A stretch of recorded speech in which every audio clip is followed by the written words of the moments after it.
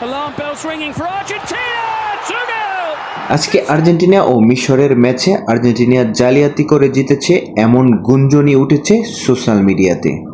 ম্যাচের ৯০ মিনিটে আর্জেন্টিনার দেওয়া তৃতীয় গোলটি ফাউল হয়েছে, যেখানে সালাকে ফেলে তারপর গোলটি দেওয়া হয়, কিন্তু আর্জেন্টিনার পক্ষে রেফারির সিদ্ধান্ত আসে গোল।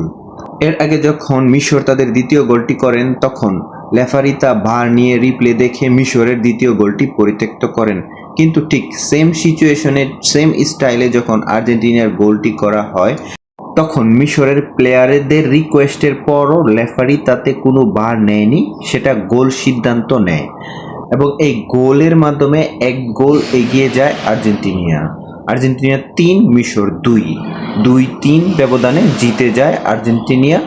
শেষ ১৬ থেকে বিদায় নিতে হয় মিশরকে এবং পুরো ম্যাচ জুড়েই রেফারি বাঁশি বাজিয়েছেন আর্জেন্টিনার পক্ষ হয়ে।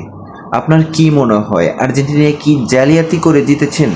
আপনার মতামত কমেন্টে জানান।